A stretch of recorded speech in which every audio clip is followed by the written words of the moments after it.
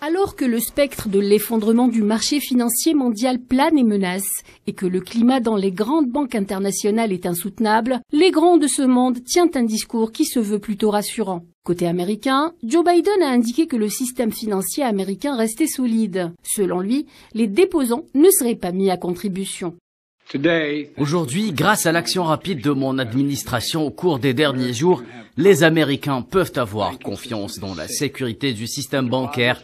Vos dépôts seront là quand vous en aurez besoin.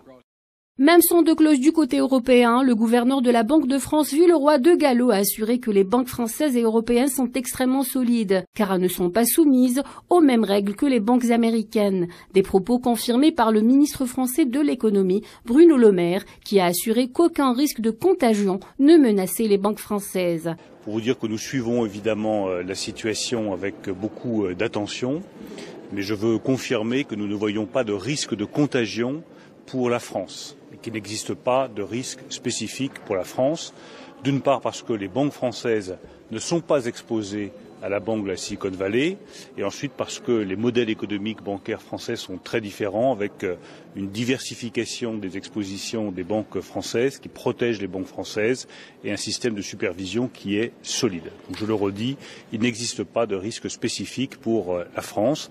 Nous suivons évidemment la situation avec beaucoup d'attention.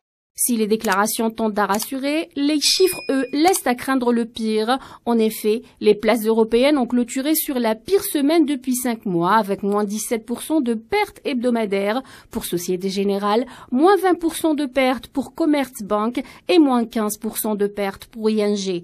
Malgré les mesures des autorités suisses et américaines, le secteur bancaire a conclu une semaine noire par un nouveau plongeon vendredi, plombant l'ensemble des marchés.